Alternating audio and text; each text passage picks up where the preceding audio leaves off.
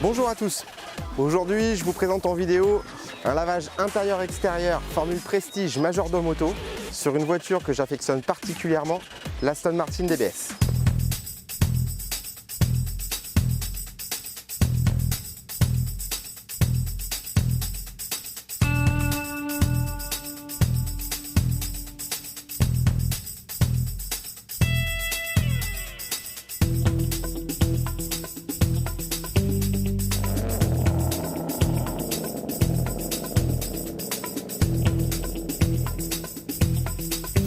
Ce que je suis en train de faire, c'est un pré-lavage avec de la mousse active, ce qui permet en fait de ramollir tous les contaminants, donc tout ce qui va se trouver sur la voiture, pour pouvoir ensuite passer aux gants avec la technique des deux seaux et rien oublier en fait. Le pinceau permet d'aller partout où je n'irai pas forcément avec le gant, dans le détail.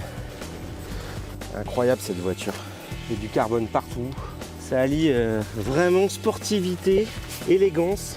Ah, c'est classe. Là j'ai utilisé un shampoing hard. Comme ça fait tout tomber. Et derrière de toute façon on va remettre une cire de protection.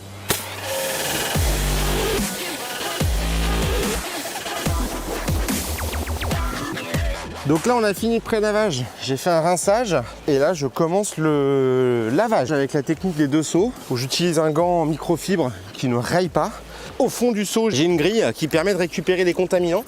Donc je viens frotter mon gant dessus et ça évite de mettre tout ce que j'ai enlevé sur un premier passage dans le deuxième seau et que ça reste sur la voiture. Et je commence toujours par les parties hautes pour finir par les parties sales, parce que les parties les plus sales, c'est là où il y a le voile routier, tout ce qui est bas de caisse, pare-choc, etc. Donc comme ça, on ne remonte jamais avec le gant. Donc toujours des mouvements dans le sens des lignes de la voiture, surtout pas de mouvements circulaires, ce qui fait en général des micro-rayures. Donc c'est un savon qui est extrêmement moussant, donc lubrifiant, c'est ça qui permet de ne pas rayer l'auto. Et le pré-lavage avant a permis vraiment de ramollir tous les ce qu'on appelle les contaminants, tout ce qui peut se trouver sur l'auto avant. Voilà l'intérêt d'être passé avant au pré-lavage, parce que là avec mon gant j'ai moins de ressenti sur les logos. Donc le pinceau a fait le job. Donc là j'ai fini toute la carrosserie. Je termine par les parties les plus sales, les passages de roues, le dessous des bas de caisse et l'échappement.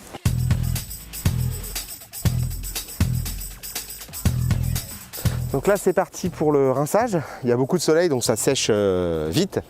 Et dans la foulée, on vient la sécher avec des microfibres de séchage. Alors pourquoi je tapote sur le véhicule? Potentiellement, ça peut rayer. Donc j'évite. Voilà la différence entre un lavage technique des deux seaux manuel comme on vient de faire et un lavage au Karcher en station. Tout simplement, c'est l'action mécanique du gant. Le savon que je vais utiliser qui va vraiment faire une différence. Parce que contrairement aux idées reçues, un nettoyeur haute pression, ça ne lave pas, ça rince. Et les produits utilisés en station souvent ont des pH hyper importants, très alcalins. Et ça peut à la longue détériorer le véhicule et les carrosseries.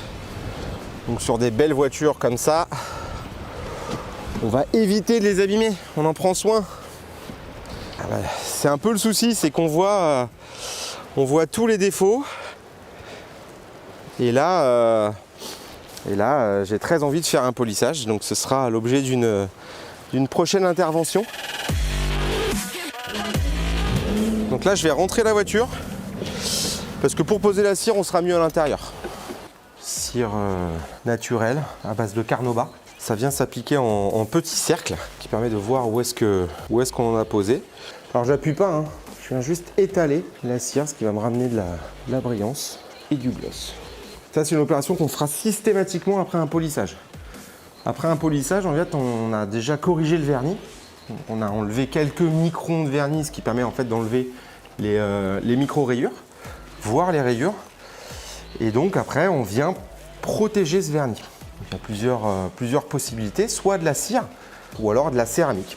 Pour cette Aston Martin, j'ai privilégié une cire, avec l'accord du client bien évidemment, hein, mais tout simplement parce que en lui demandant un petit peu ses habitudes, il s'avère que voilà, on pouvait voir qu'autour il y a quand même quelques belles autos, donc il essaye de faire rouler un maximum toutes ces voitures. Donc finalement, la Aston Martin ne roule pas tant que ça, donc il n'y avait pas vraiment d'intérêt d'avoir une céramique. Je ne sais pas si vous voyez, on aperçoit les stries du carbone parce que le capot est en carbone. Contre-jour, là, c'est magnifique. Hop, j'ai inspecté partout où j'ai essuyé pour pas laisser de traces d'essuyage.